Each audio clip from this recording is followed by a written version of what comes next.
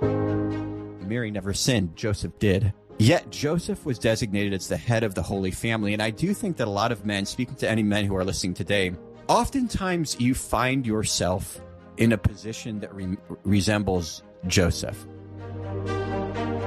Hello and welcome. My name is Rachel, and you're listening to episode 215 of Candid Catholic Convos, a show about Catholicism that enriches your faith, answers your questions, and meets you wherever you're at on your faith journey. What does it mean to become the person that God created you to be? More specifically, what does it mean to be the man God created you to be?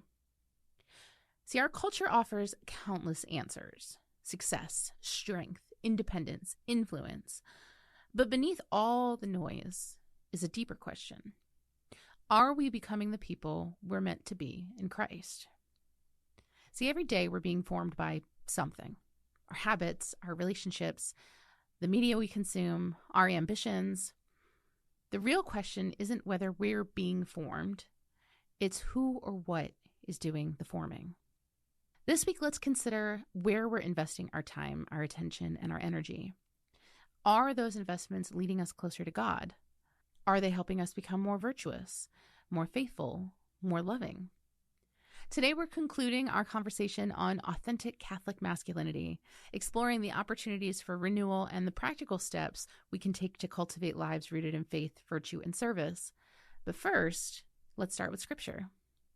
Today's verse comes from Ephesians chapter 4, verses 13 through 15.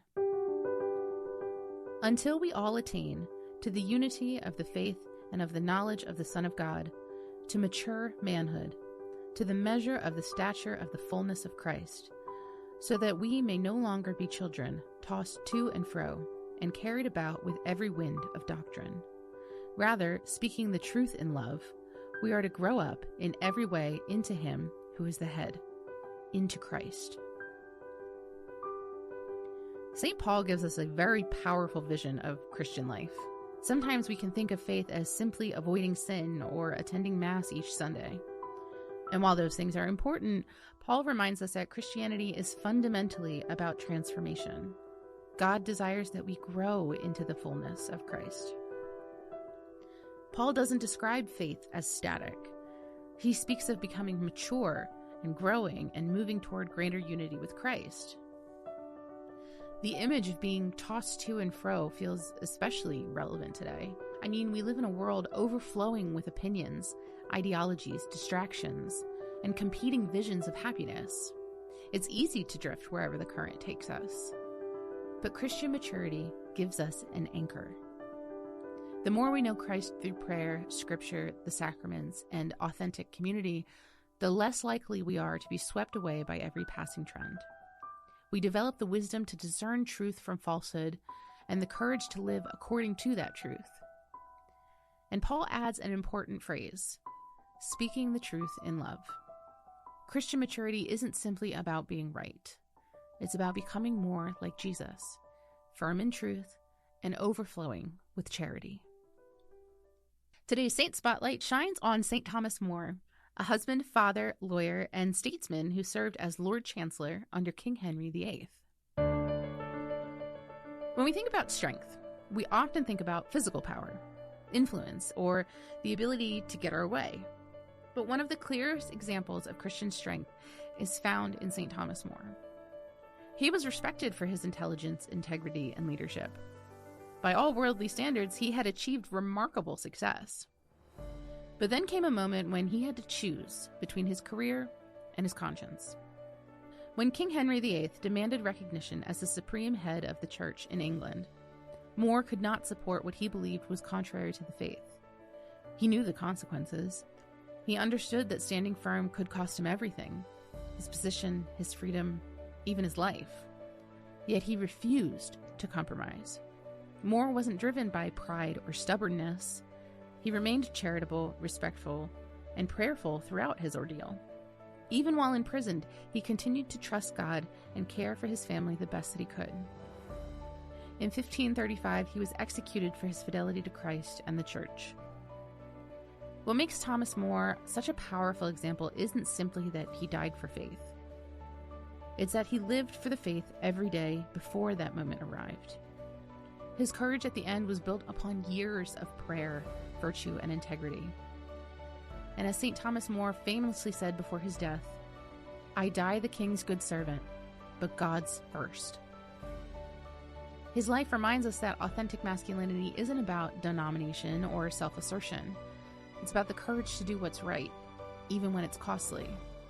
It's about leading with conviction, serving with humility, and remaining faithful when compromise would be easier. Today, we're continuing our conversation with Dr. John Bishop, founder and executive director of Forge, which is an apostolate dedicated to helping men encounter Christ, about authentic Catholic masculinity and helping create leadership within the home. I'm interested to hear more about, the challenges that you feel are facing men today and what we can kind of do to impact that. Yeah. Well, I do want to highlight that the positive trend that juxtaposes the sort of drifting off of people who are raised Catholic into becoming religious nuns, generally disaffiliating from their faith. It is really encouraging to see that not only in Harrisburg, but my home diocese is the Diocese of Des Moines, Iowa. And over the course of the last 3 years, there's just been these skyrocketing numbers of people going through OCIA, for example. And a big chunk of those people, maybe even disproportionately, are men, that there does seem to be a resurgence that is quite organic happening, particularly amongst Gen Z, young millennials, interest in the faith. And where does that come from? And this is maybe a good point of departure to respond to your question. What are the strategies going forward? And I think the strategies, especially for men to reverse the tide, is to kind of mimic and pour gasoline on what is already happening in the culture at large. And what I think you're seeing in the culture at large is that a lot of men, particularly young men, by young, I mean, say, under 30 years old, are finding themselves in a place where they are disenchanted with the allure of, say, a sexually progressive culture or a new kind of vision for the family or a godless, morals-free universe. All of those things that were really alluring to people, say, in the 1960s and 1970s, and then again in the baby boomer generation, all of that stuff, the throwing off the shackles of like ancient traditions and things like that. I think young people today, at least a larger and larger percentage of them, are seeing that way of viewing the world is bottoming out, right? So the sexual revolution, for example, was enticing and new and fascinating to people in the 1960s, and still had a lot of oomph in the 80s and the 90s and the early 2000s. But now I think young people are seeing, well, you know what? Hey, I'm 21 years old and I'm a college student and a young man. And I've seen what the 1960s did to my grandfather. And then I saw that it, the sexual revolution, how it impacted my parents' marriage and how it led to their divorce. And I look around and I see the psychological problems that are so common in all of the young people so many of the young people in my generation. And I am done. I am just so done with this world that is giving me no guiding principles, to bring about my own happiness.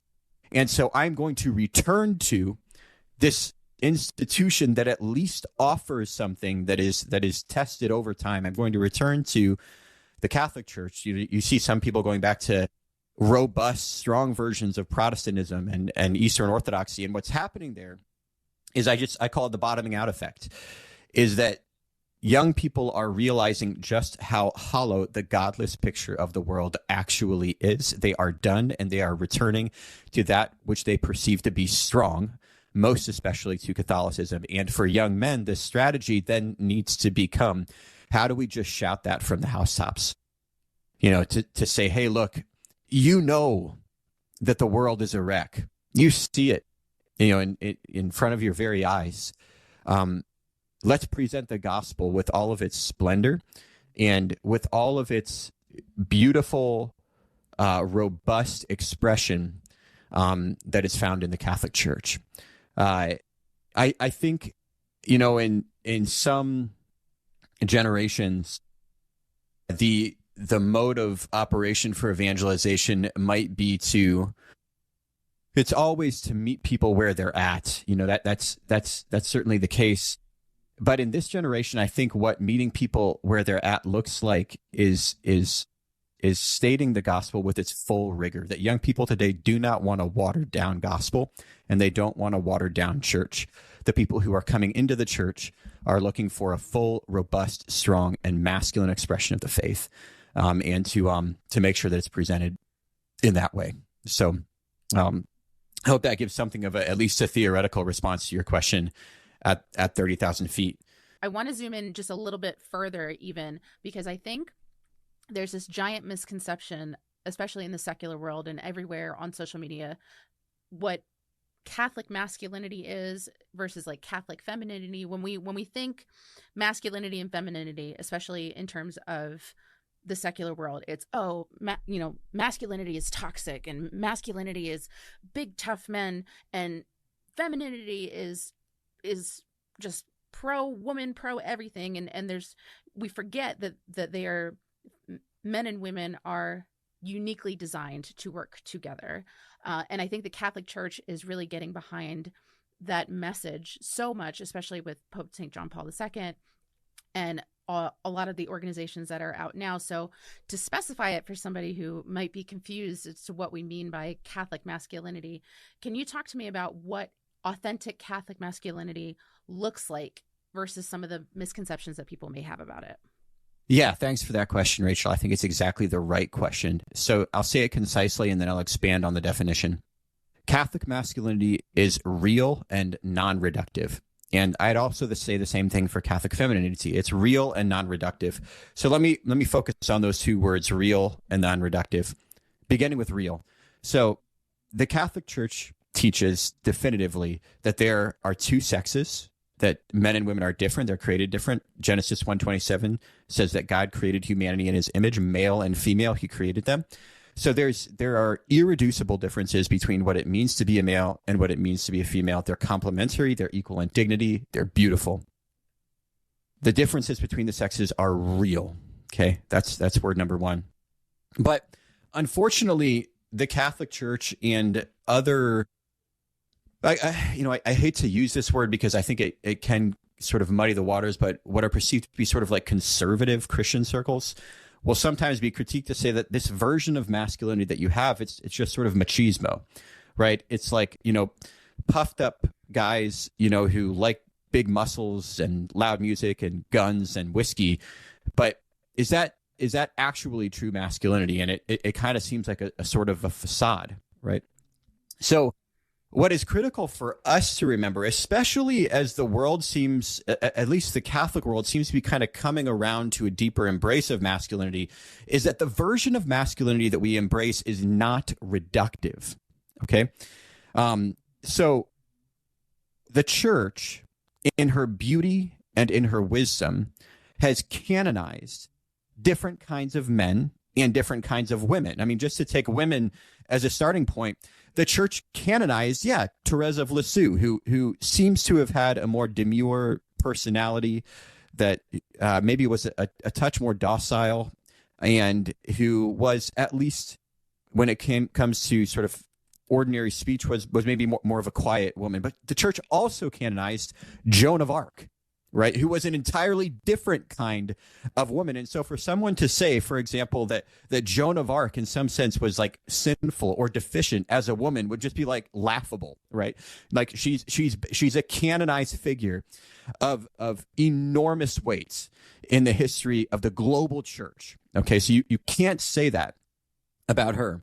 Now, on the man's side, there have also been different kinds of men. Right, you have Thomas Aquinas, right, who is a brilliant intellect, perhaps the most notable saint next to, the Holy Family in the church's history in a way, but he wasn't exactly known to be like a perfectly physically fit man, for example. That's not, he didn't do that. Okay. There were other men in the church's history who were great, like sort of poetic, mystical characters. Okay. There were men in the church's history who were kings and led armies. Okay. All of those different kinds of men have been canonized. And when, for example, say in a kind of a toxic online space. We reduce masculinity or femininity, for that matter, to a particular brand of masculinity or femininity. We really shoot ourselves in the foot, and we have to watch out for that. Because what we're going to do then is, maybe we'll attract a particular version, a particular expression of masculinity or femininity, but we will ostracize ourselves from the rest of the demographic. I want to dive even deeper with you, because you had mentioned the Holy Family, and I know that the family structure, we call that the domestic church, because everything starts at home. And with that, you need strong leadership within the home. You had mentioned that most children take their religious guidance from the father, and how he leads his life. So talk to me a little bit about what effective spiritual leadership in the home actually looks like, and maybe some advice for those who feel like they've fallen short. Yeah, that's a great question. So what does effective leadership, especially for men, in the home look like? You know, it's interesting. You mentioned the Holy Family, the domestic church, at the beginning of your question. Pope Francis, I love, previous Pope Leo the 13th in particular was really strong on designating Joseph as the head of the Holy Family. Okay. Now, Joseph was a man under the influence of sin. Our faith teaches us that Joseph was affected by the fall in a way that Mary wasn't, right? Mary was conceived without sin, and so she didn't exist under the weight of its effects in the way that Joseph would. So at least in that basic sense, Mary was just sort of flatly superior to Joseph. There's no question about that. Mary never sinned. Joseph did. Yet Joseph was designated as the head of the Holy Family. And I do think that a lot of men, speaking to any men who are listening today, oftentimes you find yourself in a position that resembles Joseph, right? And you can kind of make sort of cheap Catholic jokes about this and, say that, oh, well, if anybody in the Holy Family sinned, you know who did it, right? It wasn't Jesus. It wasn't Mary. It was always Joseph, right? And those jokes are, they're somewhat funny. But there's a deeper reality that they highlight that's maybe not a laughing matter. And that's that a lot of men feel somewhat self-conscious when it comes to leading their families in the faith. I do think, and I don't have studies to back this up, it's just my anecdotal experience, that there is a certain spiritual sensitivity. There's an attention to nuance. There's a naturalness in entering into prayer that a lot of women have chronologically prior to men, and that can develop more quickly. It's not always the case, but it's frequently the case. And for that reason, a lot of men just feel like, hey, I don't want to lead my family in a sort of spontaneous prayer. And my wife, she knows more about this stuff than I do. And why don't I just have her do it? I have a friend of mine in one of the small groups that I personally lead here in Des Moines, who's a very bright guy. He's an engineer, and his wife is a theology teacher at one of the local Catholic middle schools. And he was coming to me one day in small group and just saying, I don't really want to pray. I just have my wife do that because she's a professional at it. That's just what she does. And we had a few conversations about it. And I just said, she might be better at it, but it's critically important that your children hear these words coming from your mouth, even if they're less articulate. My dad sold insurance his whole life. I have a PhD in theology, but it was my father's witness to the faith that was very simple.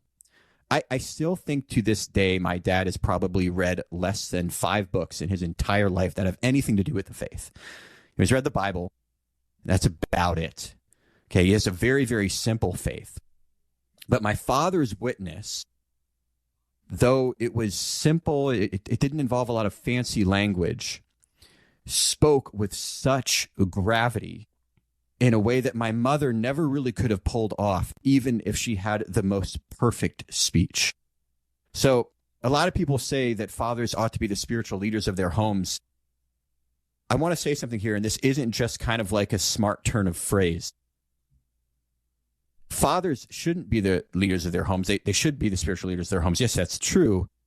But it would be better to say that fathers are the spiritual leaders of their homes. Full stop. period. And that is that the sociological evidence shows that your children are following you. That is your example, whatever it is. You're not speaking about the faith. You're not leading your family in prayers. You're not participating in Mass. You're not taking ownership of your own journey towards the Lord. Your children will follow that, so you are leading them right now, whether you like it or not.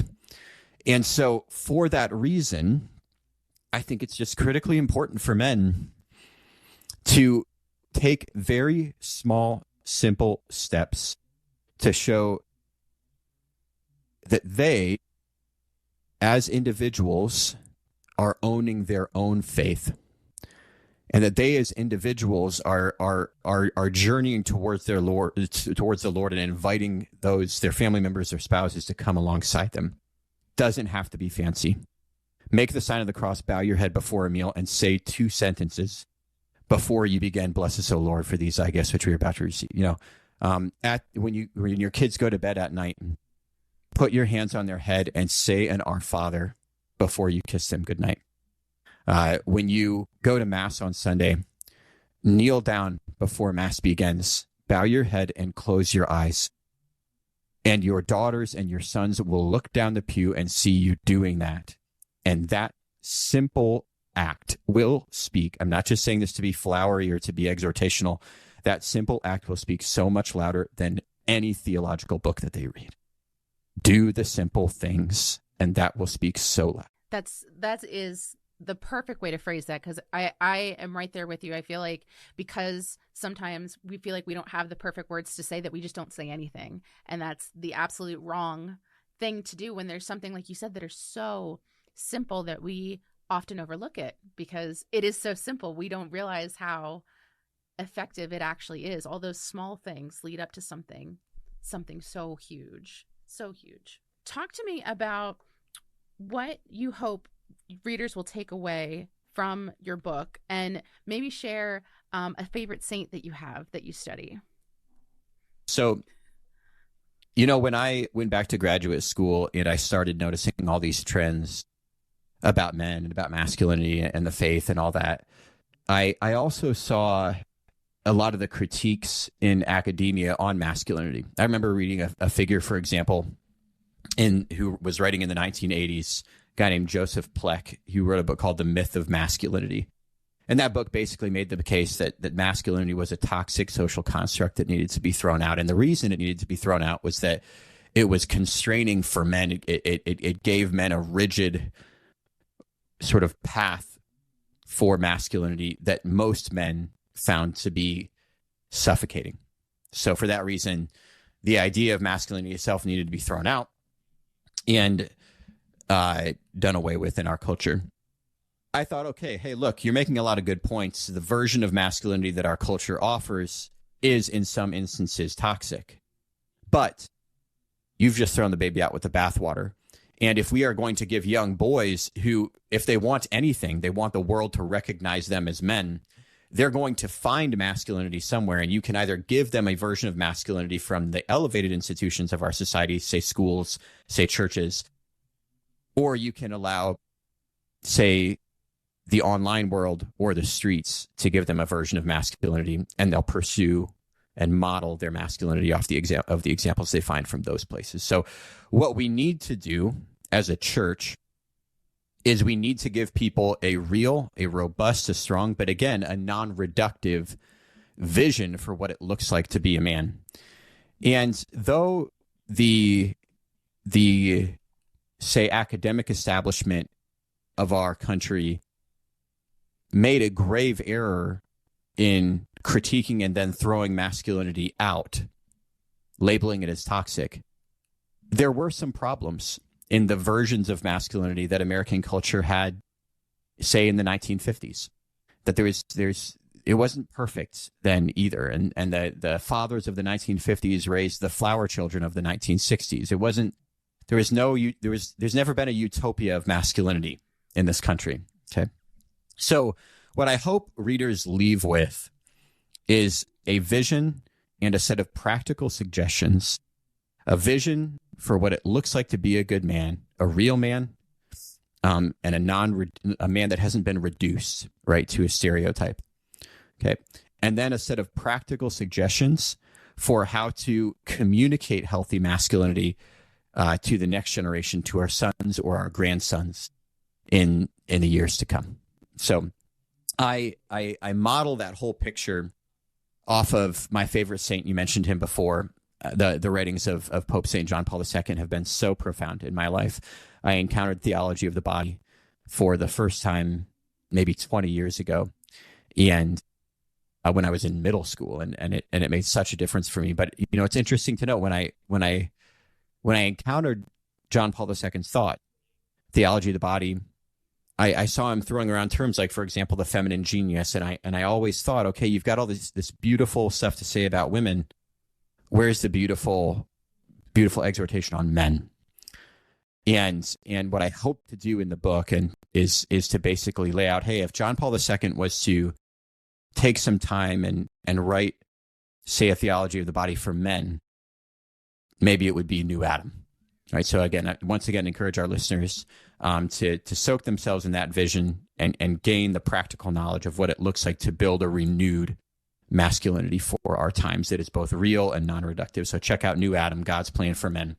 All of the major online outlets, you can pick up a copy. I love that. And again, as a mom of boys, this is something that is very important to me, that we're raising them to be the men that I know that are going to be strong for the next generation. So I think that this is such a timely topic and such an important topic, and I'm excited to read your book, and I'm glad that you are doing this amazing work, because I think you're right. There's so many resources for women, and there really aren't very many for men anymore. So I'm so glad that you have seen that gap and are filling it with wonderful Catholic opportunities for men to grow in their faith and their masculinity as well. So John, thank you so much for taking the time to chat with me today. Thank you, Rachel. I really appreciate you having me on. And that's our show. Candid Catholic Convos is brought to you by the Diocese of Harrisburg, hosted and sound engineered by me, Rachel Trochet, and produced by Rachel Bryson. If today's episode resonated with you, please share it on social media. You can tag us using @HBGDiocese. Make sure you also subscribe on your preferred listening platform so you never miss an episode. And if you'd like to support our production efforts, a donation to our diocesan annual campaign would benefit us greatly in continuing our ministry. We have lots of exciting episodes planned for the next several weeks, so subscribe, keep praying for us, and we'll keep praying for you.